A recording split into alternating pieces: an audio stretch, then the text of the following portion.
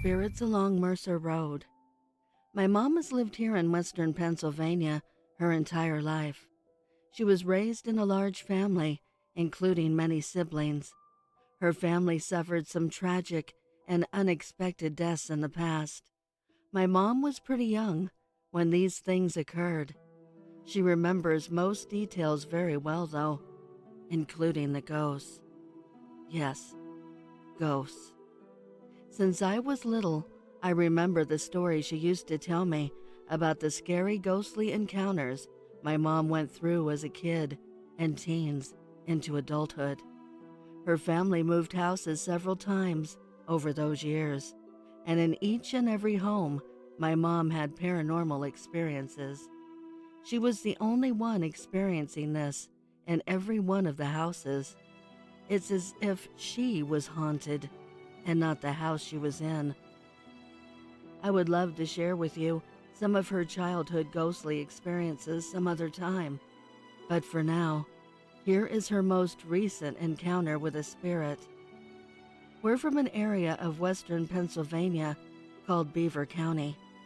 Within the Beaver County area is a small town called New Brighton. This is where I grew up as a child. Along the main road, called Mercer Road, is a facility called McGuire Memorial. This is where my mom has worked for nearly 20 years.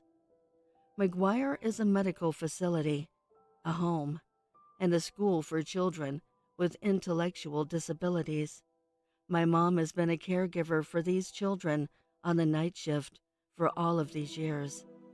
McGuire has been open since 1963. It has seen its share of good and bad memories.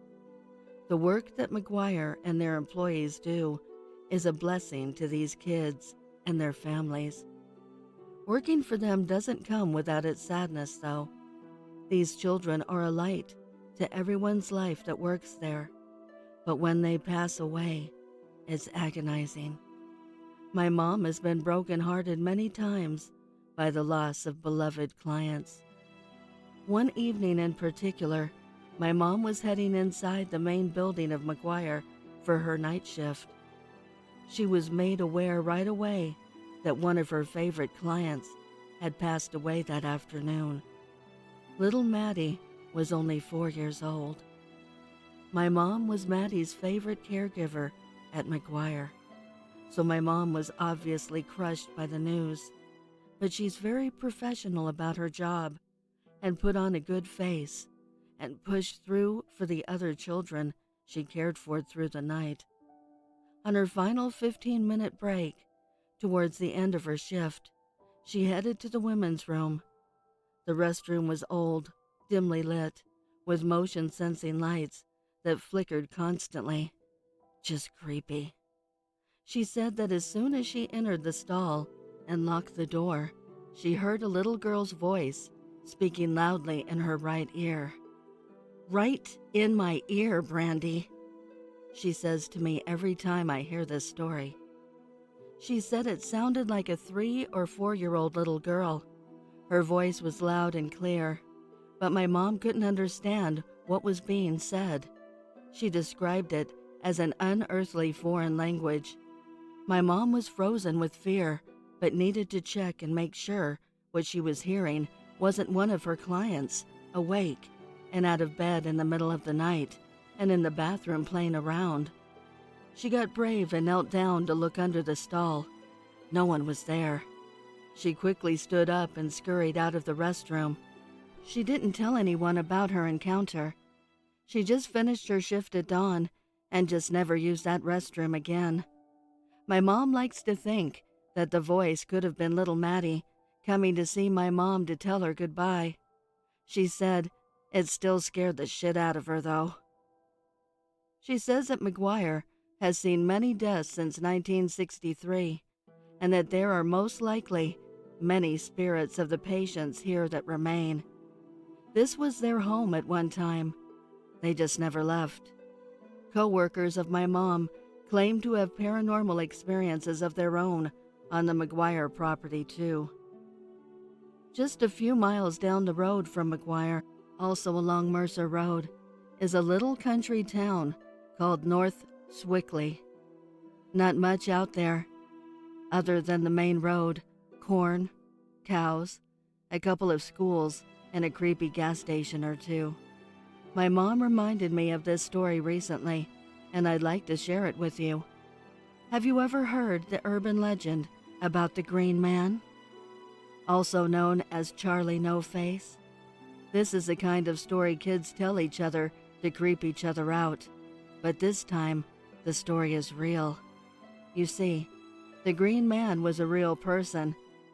He was born and raised in Beaver County, Pennsylvania, right out here in North Swickley. His real name was Ray Robinson. He was born in 1910. When he was 8 years old, he and some friends were outside, walking around, bored looking for something to do. They came across an old tree that had a bird nest high up on a branch. The branch was nestled up against an abandoned trolley trestle. Ray, trying to impress his friends, climbed the tree and the trestle to make his way to the bird nest. Unfortunately, when he was about to hoist himself up to grab the nest, he grabbed onto the wire from the trolley trestle that was still live even though it was abandoned. Just weeks earlier, another little boy was killed by that very wire, yet no one did anything about it. 8-year-old Ray was severely electrocuted.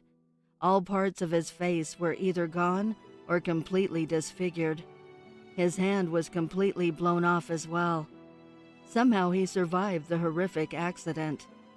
Ray's life after the accident was less than pleasant. His face was completely gone and the skin healed, looking an ashen, almost green color. He was rather frightening to see. In those times, people like Ray were hidden away from society. His own family isolated him away from them. He even ate separately from them like an animal. Through those lonely childhood years, Ray made the best of it by having hobbies and making things even with only one hand. When he turned 18, his family made him move into the garage. They called it his apartment, basically leaving him alone for the remainder of his life. Ray grew weary of his lonely life and started walking the main road only at night, as not to be seen. He shied away from people for obvious reasons. When he was still alive and walked those streets at night, he was sometimes spotted walking and drinking a beer and smoking a cigarette. People still feared him very much because he looked like a monster. Teens would go out driving around looking for him, trying to scare one another, saying if they saw him, he would kill them. So they had to leave him a beer and a cigarette on the side of the road so he wouldn't follow them home. Ray died in 1985. Many have reported seeing his ghost walking along the main road and other small country roads out here since. Seems Ray is seen more in death than he was in life. To this day, people will get in their cars at night and drive around all those back roads looking for Ray, the Green Man. Everyone wants to see him, but they're also too scared to see him. Every now and then, people will still leave a beer and a cigarette for old Ray. Are you brave enough to come visit Pennsylvania? The Green Man is lonely and is waiting for you. Don't forget the beers. The perfect alibi for murder. Your nose looks curved here, she said, pointing to a sepia-toned Polaroid. Despite a hesitant blinking of his eyes, he went about typing emails with a smile. She offered him a smile and hugged him. This happened in September. Now she's dead. Before she died, she noticed how he changed throughout the years. His summer kisses on the beach were cool, like the approach of winter, the hugs almost robotic, and the passionate tremor in his "I love you," clearly without any genuine intent. So maybe she should have expected a quiet request for a separation, but that request never came. Instead, the bed grew colder as the days went past, almost as if she were sleeping alone. Then came the business trip to Pennsylvania. He left. He just left, leaving her to weep into her coffee. It caught her by surprise. Then when a cheerful voice rang through the front door, announcing with a smile, "Honey, I'm home," she froze in place. Joy overtook doubt as she almost galloped to meet him. It was him. As they hugged, doubt finally crept up faster and overtook Joy. She felt something out of place. The hug he gave her was too forceful with warmth, and there was the glint of nicotine hanging between their lips as they kissed. He never smoked. It was then that realization dawned on her that it wasn't him. As she cocked her head to one side, looking at him with disbelief, he wrapped his hands around her neck and squeezed with what she thought was something that bordered on affection. The pressure slowly increased with murder in his mind. Too confused with shock, she stared at him and analyzed his features, thinking how like and unlike him they were. Before she passed out, with her heart slowing down, her final thought was how his nose was curved when it shouldn't be. She got up and looked at herself lying down dead as he checked her pulse. Satisfied with the outcome, he calmly dialed her husband's number and said with brotherly nonchalance, "It's done. She's dead."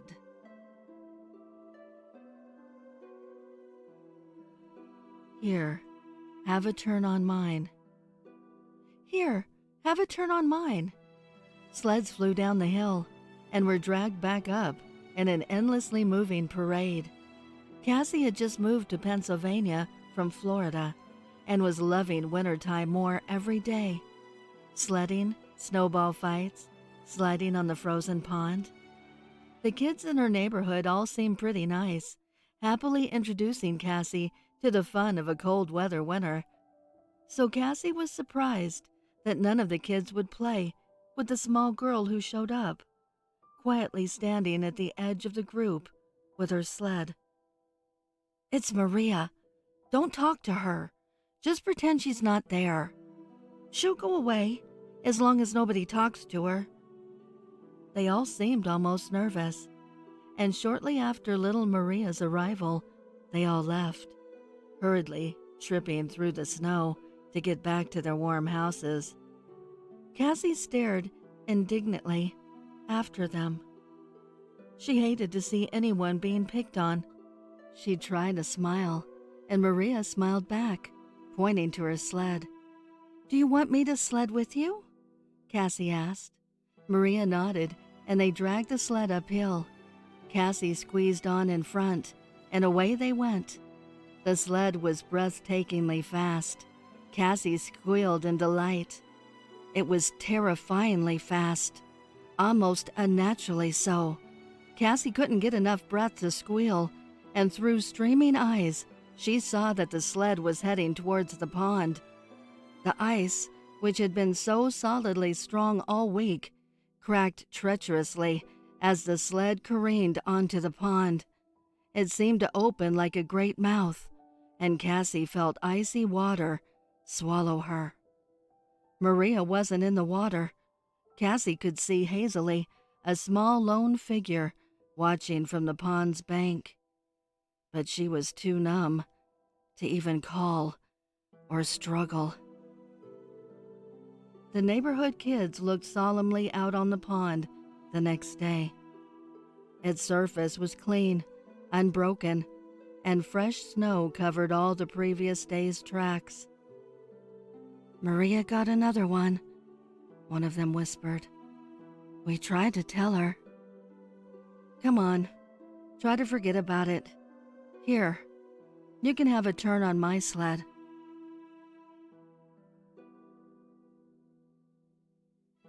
I went to school, and there was no one there.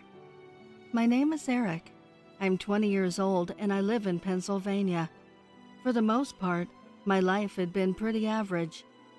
I've never had anything particularly extraordinary happen to me, except for 3 years ago when I was still attending high school.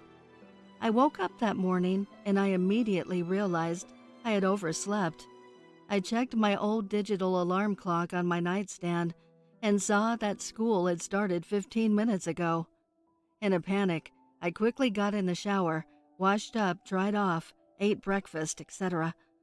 I began my daily walk to school, through the snow since it was January. My school was only about a 30-minute walk away from my house, so I was able to walk there myself. As unbelievable as it seems, I didn't have a driver's license at the time, so I went on the daily trek. As soon as I arrived, something seemed off. It was a lot quieter than usual outside the school. Usually, there'd be a crowd of teens out in the parking lot, but I reasoned that since school had already started, everyone was inside. It still seemed quieter than it should have been, though. It was almost unnerving, but I didn't really care, since I was still a quarter asleep. I entered the building, and it seemed devoid of all life whatsoever. I knew there had to be somebody here, but it didn't seem so. Nonetheless, I made my way to my first class, only to find no one at the desks. Despite this, there were still notebooks on all the desks. I was going crazy trying to rationalize all this. Was this some kind of elaborate practical joke? If so, why was I the only one not in on it? I eventually decided to just go over to my desk and wait for something to happen. It was the only thing I could do. I could just go home, but my parents would probably think I was cutting class. When I sat down, I noticed a strange green device on the table. There was a screen with a math problem on it. There was a keypad and another screen where the answer would be displayed. Without thinking, I typed the answer into the box, and then I typed the answer to the next problem. Then the third problem appeared, and it was a jumble of random numbers overlapping each other on the screen. I answered it anyway as a joke. As soon as I did, however, the classroom door opened. I spun around in shock. I looked at the creature, or whatever it was, in horror. It looked human, almost, but not exactly. It was really sinister. The last thing I remember seeing before falling unconscious was a ruler in the creature's hands. The Worthington Expedition. An Antarctic expedition took place in the fall of 1875. It left port in Philadelphia and sailed down the Delaware River, where it reached the open ocean, then sailed down the Atlantic seaboard. The ship was the USS Ferryman. It crewed a number of 135 sailors and other personnel. It was a Department of the U.S. Navy backed and funded expedition and was expected to take about a year's journey at sea. The leader chosen to helm this expedition was Admiral Nathaniel Hackett Worthington, a 30-year veteran of the United States Navy and hero of the Civil War. The Secretary of the Navy specifically chose Admiral Worthington for his leadership and his quick, decisive decision-making abilities. The expedition was to be of a scientific operation and exploration of the western part of the continent that, until up to that point, had not been explored. Once the USS Ferryman left the Atlantic seaboard of the eastern United States and reached open international waters, it was to continue sailing down the coast of South America and stopping at any uncharted islands along the way to catalog and collect any items or data that may be useful in a scientific capacity. After a year and a half's time had passed, with still no word or return of the USS Ferryman, Family members of the crew began to write their local officials, demanding answers of the whereabouts of their loved ones. It did not take much prodding from congressmen and senators to get a response from the Department of the Navy, for they were also concerned of the whereabouts of the expedition. The Department of the Navy hastily commissioned a new crew and ship and sent them to locate the USS Ferryman and its crew. In charge of this now rescue mission was a Captain Leopold Johnston, another 2-decade-long sailor in the U.S. Navy, and a man who also made a reputation for himself during the Civil War. He and a crew of 110 sailors helmed the USS Navigator and set off on the same directory as the USS Ferryman did before her. In 8 months' time, the USS Navigator, without delay of unforeseen circumstances, arrived at their destination and landed at the westernmost part of the continent, where the USS Ferryman was believed to have landed. As they landed, the first thing they noticed were the remains of the USS Ferryman, icebound and completely covered in frost and decay, as it has set out in the elements for over a year's time now. Captain Johnston's first set of orders to his crew aboard the Navigator was to send a boarding party to search for any signs of life aboard the USS Ferryman. His second command was to gather all supplies and tools so he and a team could search the surrounding area. No sign of any life or whereabouts of the crew of the USS Ferryman were found the first day. Captain Leopold Johnston set up a base camp on land to further explore the surrounding area in the days to come. The horrors that were eventually found by the crew of the USS Navigator left an everlasting mark on said individuals and shook them to their very core. Interviews were conducted of all crew, including the officers and even the captain himself, and every said individual who took part in this rescue expedition reported similarly strange and disturbing accounts.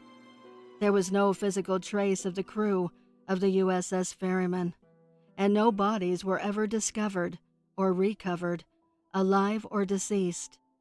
But the evidence that was retrieved sent chills throughout the crew of the USS Navigator and painted an unsettling fate of whatever had become of the crew of the Ferryman.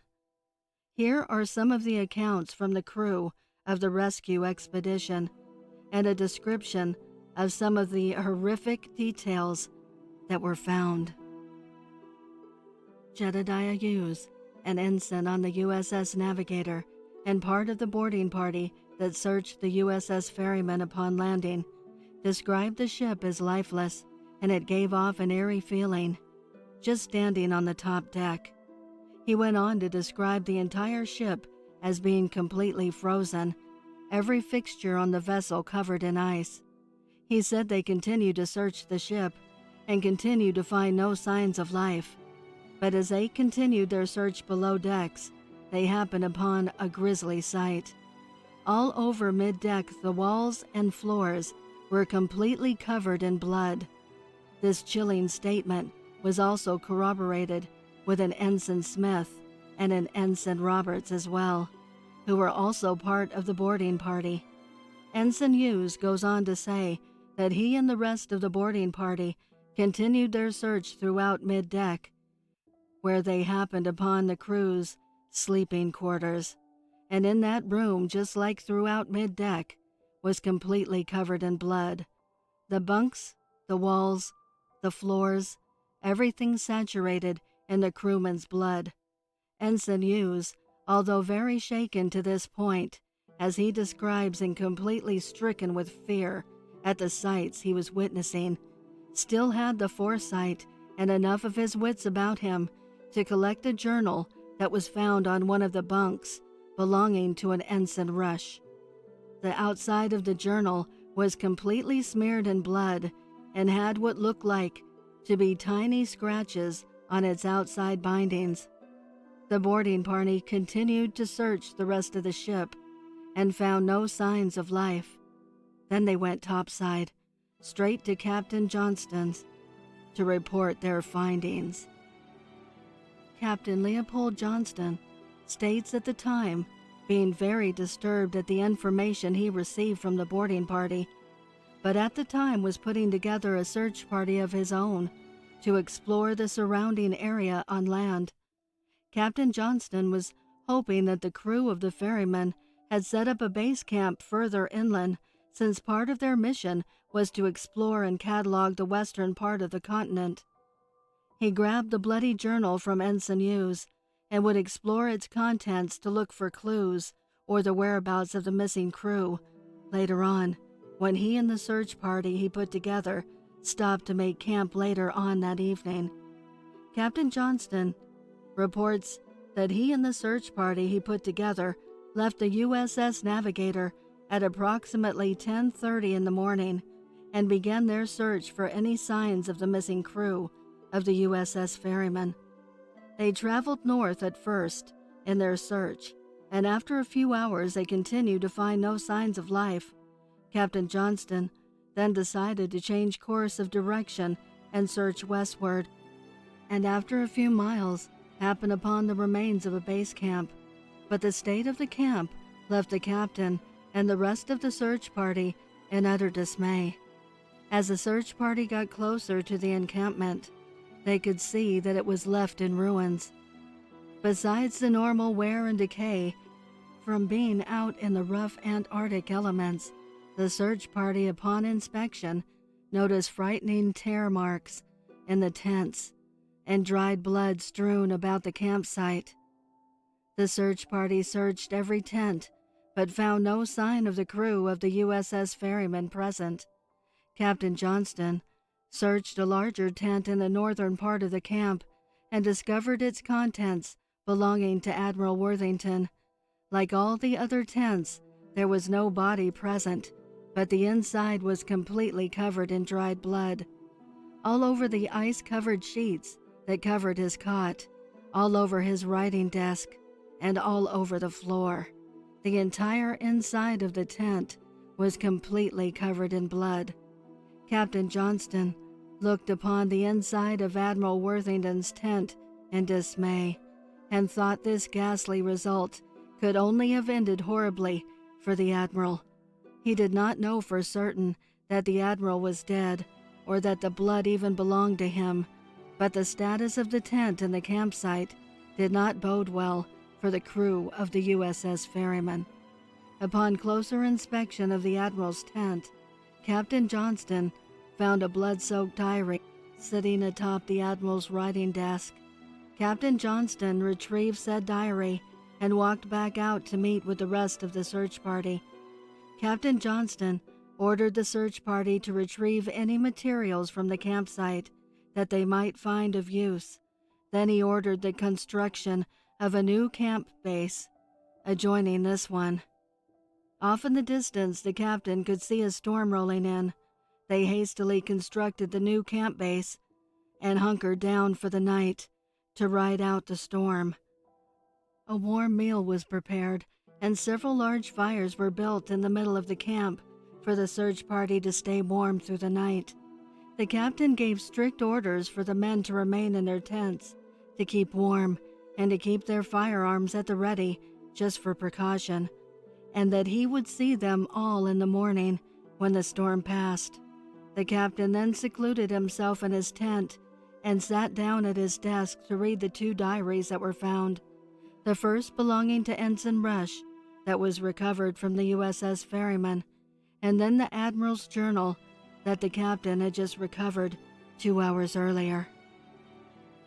Captain Johnston opened the blood-covered bindings of Ensign Rush's journal and began to read by the glow of a candle as the darkness and winter storm approached the base camp.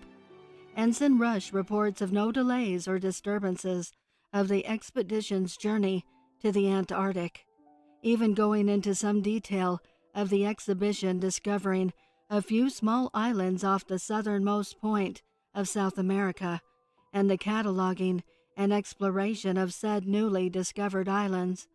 Ensign Rush further goes on to state, after leaving the newly discovered islands, the rest of the journey to the Antarctic went without incident. and was some of the smoothest sailing he had ever been part of. He goes on to report that the USS Ferryman arrived on the shores of the continent on the morning of March 22nd when they dropped anchor and waited for the Admiral's instructions. Ensign Rush states the Admiral's first order of business was to devise a search party to start the exploration of the continent. It states that the Admiral led a group of 30 crew, including top scientists, that were involved in the expedition, while the rest of the crew were to stay aboard the USS Ferryman, left under the command of Commander James T. Burroughs, and search the surrounding areas in the close proximity to the ship. The Admiral and the exploration party were to camp a few miles inland, and runners were to be frequently in use as to keep constant communications between ship and base camp. The first week of entries in Ensign Rush's journal noted nothing out of the ordinary taking place, and it only detailed the ordinary day in and day out tasks of an ensign aboard a U.S. Navy ship. It continued that constant communication between the Admiral and the base camp and the ship was taking place, and no discoveries of note had been uncovered yet. Captain Johnston stated, as he continued to read the journal of Ensign Rush, he noticed the tone change quite significantly. After a week's time, the entry seemed to be less hopeful and filled with more despair and fright as the events unfolded in a terrifying and horrific way. Captain Johnston reports that the first entry he read that seemed concerning was the journal entry of April 5th. It states as follows. I had topside duties this morning, and as I went about my orders, I overheard Commander Burroughs put together the daily search party that was to search the surrounding area of the ship. These daily search parties have been taking place the past 5 days. I took part in the first day's search, but each time a group of us have gone out, we have found nothing. No signs of life, no signs of anything for that matter. I watched as I continued my chores, as a group of my fellow sailors marched off into the distance in the eastern direction of the ship. A number of hours had passed, with still no word from the search party. At the time I was swabbing the upper decks, when I looked up and noticed an eerie fog rolling in from the east.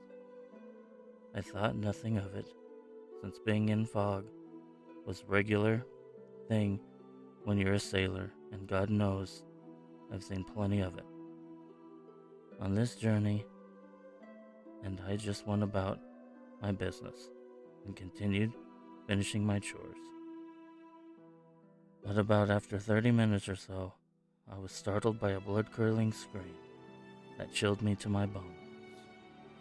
Quickly looked up, and the fog that was rolling in was now here and covering the entire ship. Me and a few other crew members, including Commander Burroughs, rushed over to the side of the ship to see if we could spot anything on land. The horrific screams continued, and it sounded as if it was coming from the east of our position, but with this thick fog, it was hard to know for certain. Commander Burroughs then sent another party out to investigate and give aid and assistance, if need be, to the group of men that seemed to be in some kind of distress. I and 4 others were tasked to investigate the screams that we heard in the distance. I did so hesitantly and very reluctantly, as for I had no interest in finding out who was screaming or what was the cause for making them. We walked east towards the screams, and after a few miles, as the screams sounded closer and closer, they all of a sudden stopped. We journeyed a little further and happened upon large pools of blood staining the snow. I and my fellow members of the search party were taken aback by the frightening amounts of blood that we witnessed strewn across the snow. We shouted for any kind of response from the men we heard screaming of the missing search party. We screamed and we screamed for minutes on end, but we received no response. All we heard was an eerie wind blow through the fog in our direction. One of the men next to me began to tremble and mumble under his breath that he thought he heard moaning in the distance and shadows move across the fog. I, for one, did not hear or see what he did, nor did anyone else in our group. But the one thing that was for certain was we were all completely frightened, and after a few minutes, standing in the thick of the fog, we turned and hastily made our way back to the ship.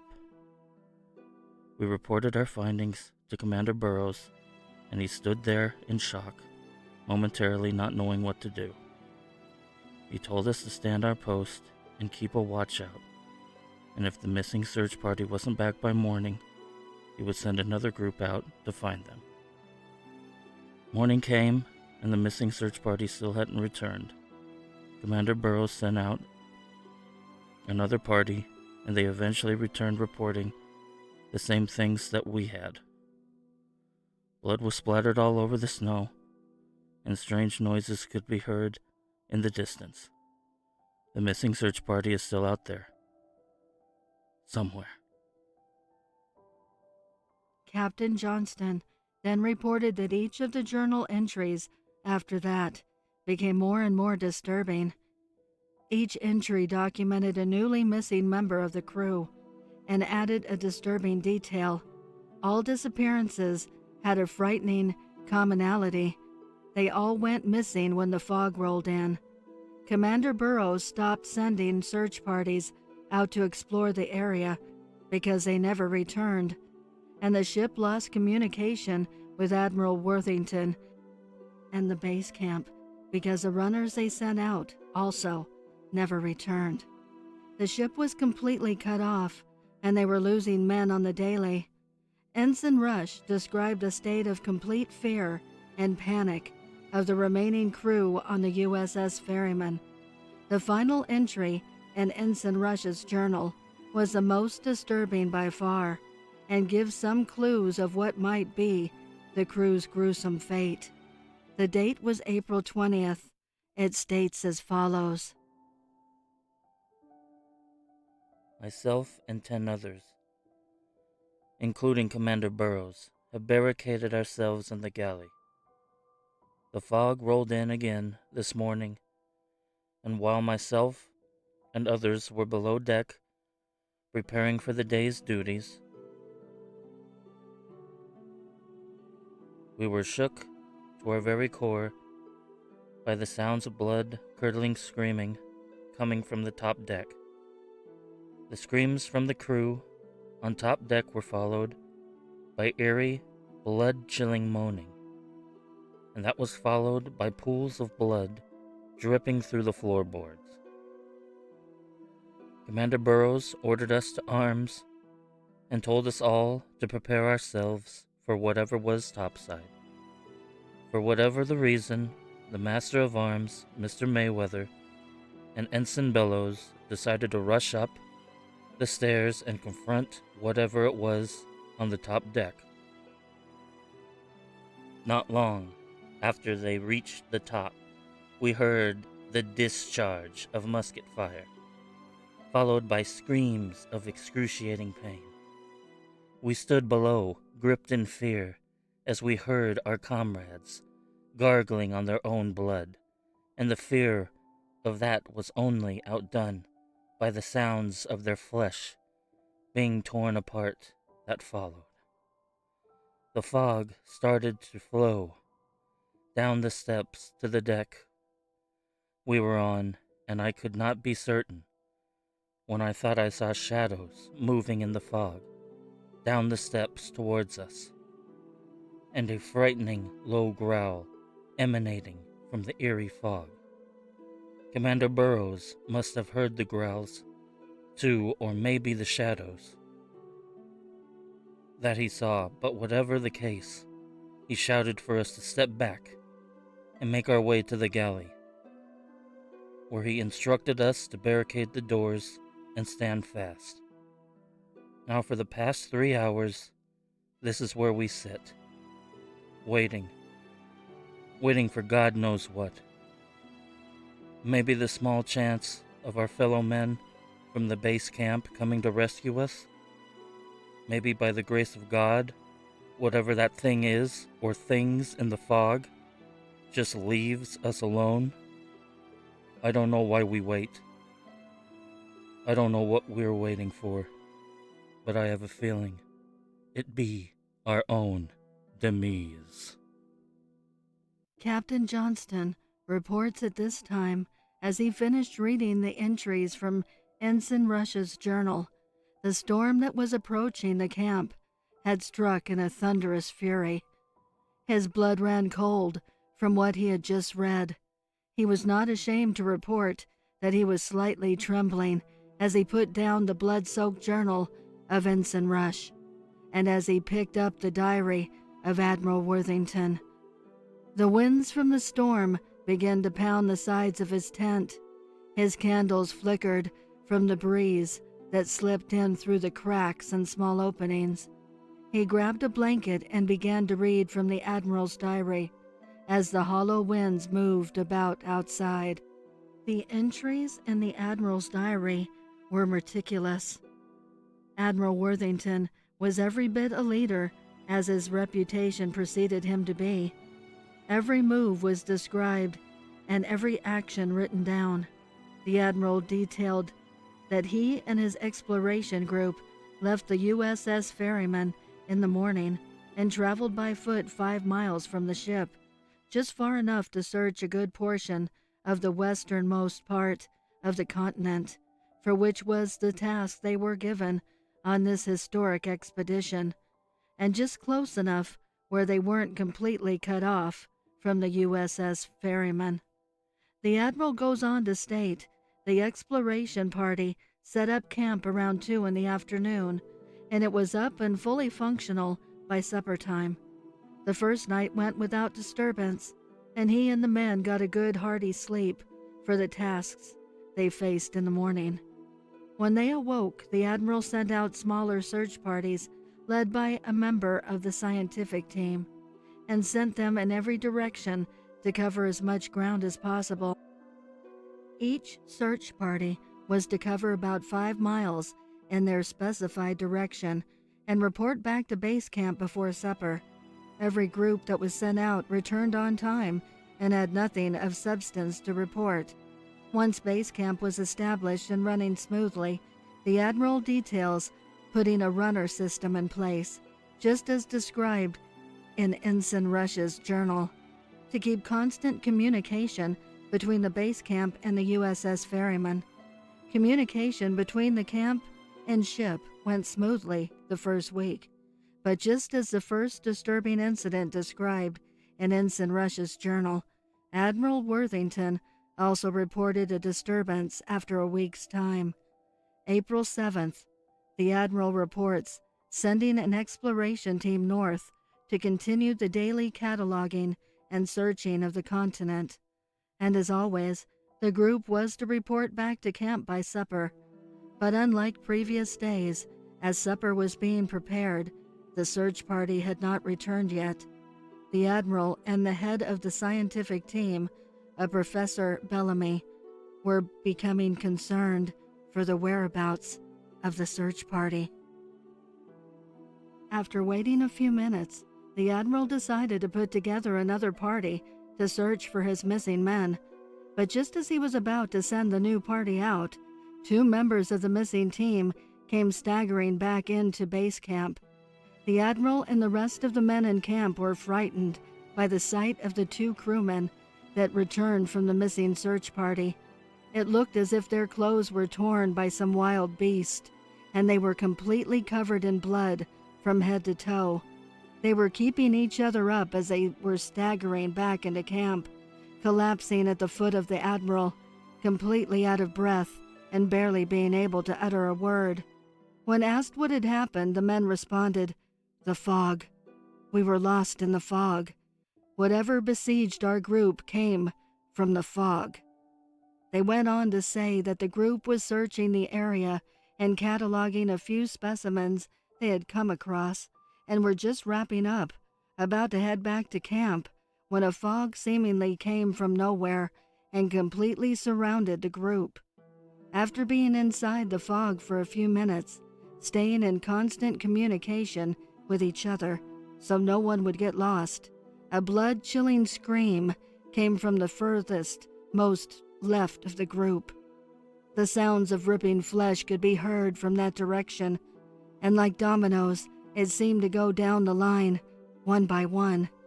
Each man let out the most horrific, painful screams the 2 surviving members had ever heard, and the screams and the sounds of ripping flesh were getting closer and closer, until the only members in the group were themselves. They described standing there next to each other, completely frozen in fear, neither being able to move or even utter a word, awaiting the same fate that had just befell the other members of their group. They described as they started to whisper to one another. That's when they felt a sharp pain rip across their backs. They let out the most high-pitched scream they had ever made in their entire lives, and fell to the ground in agonizing pain. They then began to crawl away from the direction of their fallen comrades and whatever foul miscreant that lurked in the fog. But as they began to crawl, they could hear whatever it was that killed their comrades and ripped open their backs was following in pursuit. They tried to pick up their pace, but they were in excruciating pain, and they were tiring. Just as it sounded like whatever it was in the fog was on top of them, and they could no longer go any further, the fog lifted, and when it did, there was nothing near them, no sign whatsoever of what had killed the other members of their group and what had injured them. The Admiral described being in a state of dismay at the report of the 2 members and what had happened to their party. The Admiral was a rational man and thought it must have been some wild beast that could only do such a thing. So he decided to send a hunting party the next morning and search for whatever animal could have done this. The next morning, the Admiral indeed put together a hunting party, led by his second-in-command, Quartermaster Gerald Fitzsimmons, and they set off in search for the beast right after breakfast. The Admiral patiently waited for the hunting party's return with their trophy in hand, but as supper time approached, the party had not returned. The Admiral reports being very impatient at this time, and once again he put together another group to go search for the missing hunting party. But before the new group could go out, a fog began to move forward toward the base camp. 2 members from last night's missing crew began to scream and close themselves inside their tent. The Admiral, seeing their reaction, thought it to be a good idea and ordered the men to their tents, not to leave until given the order to do so. The Admiral then describes peeking out a small slit in his tent and looking upon the base camp, completely covered in airy fog. He describes a hollow wind accompanying the fog, and a faint bone-chilling moan moving in the distance. Just then he heard the tent next to his open, and the voice of Professor Bellamy shout, "Who's there?" The Admiral describes shouting at the professor, telling him to be quiet and seclude himself back inside his tent. But before the professor could do so, he let out a scream in agony, and the Admiral describes the sounds of flesh being torn apart and gargling of blood. The Admiral then reports of screaming at whatever it was outside his tent, ripping open the professor, and then firing 2 shots through his tent towards the direction of the sounds of the carnage. He then describes rushing towards the 2 bullet holes in the side of his tent, but before he could put an eye to one of those holes, a splatter of blood sprayed across his tent, and stopped the Admiral in his tracks. When the fog lifted, the Admiral opened his tent flaps and went outside, ordering the other men to do so as well. And when he turned to the left of his tent, he saw the professor's remains ripped apart and strewn all over the bloodied snow. The members of the hunting party were never heard from again, and after the incident in camp with the professor, the fog started to roll in more frequently, and if any poor soul was not secluded inside their tent, their screams could be heard shortly after, and when the fog left, their remains were discovered, torn apart, savagely, with no remorse. The Admiral then reports not long after the incidents with the fog, around the same time Ensign Rush describes in his journal, the runners that he would send to keep in contact with the ship began to disappear, and just like Ensign Rush described, the camp was now completely cut off from the ship, and his men were beginning to get picked off one by one. In the last few entries of his diary, the Admiral describes a complete state of paranoia within the camp, and by the last entry, the Admiral informs that, including himself, there were only 5 members of the exploration team left at base camp. In the Admiral's final entry, he also described being in a state of utter despair. His men were dying all around him, and there was nothing he could do about it. A once proud officer of the Navy, its greatest admiral and hero of the Civil War, was now just a helpless man who couldn't do a damn thing to save anyone around him. The last thing the Admiral wrote was that he and the remaining men were to hike back to the ferryman for assistance. We sadly now know that never happened, and the crew of the USS Ferryman was never heard from again. Although their whereabouts were never discovered, we now know they met their demise. And by the few clues and the journal entries from multiple of the crew, we also know they met it horrifically. What is in the fog in the western part of Antarctica's continent? And what happened to the doomed crew of the ferryman? My green thumb. I've always had a green thumb. Literally. It's probably the most outstanding thing about me. I'm of average height. I wear cheap tortoiseshell glasses, and my hair is dishwater blonde. I've looked like a middle-aged librarian since I was 13. My thumb, however, is brilliantly green, iridescent in fact. It does everything a good green thumb should. I can cradle wilting flowers and make them as perky as the day they were cut. It would be a superpower if it wasn't so lame. I didn't come up with that. That's my roomie's line. Her real name has a hyphen in it and sounds pretty damn waspy for a piece of trash from southwestern Pennsylvania. I'll just call her Flora. Meg, can we get rid of the fucking plants already? That was 2 weeks ago.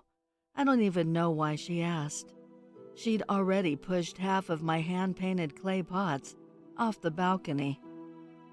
It's my apartment too, I said, moving between Flora and the remaining pots. She smiled. Her teeth were small and perfect. It's my apartment. It's your sublet. And as soon as I can find someone halfway normal willing to pick up the rent, you and the rest of your plants can find some other shithole to colonize. Bad turn of phrase. It got me thinking. I'm a shit cook, good gardener, shit cook, but it was worth a shot.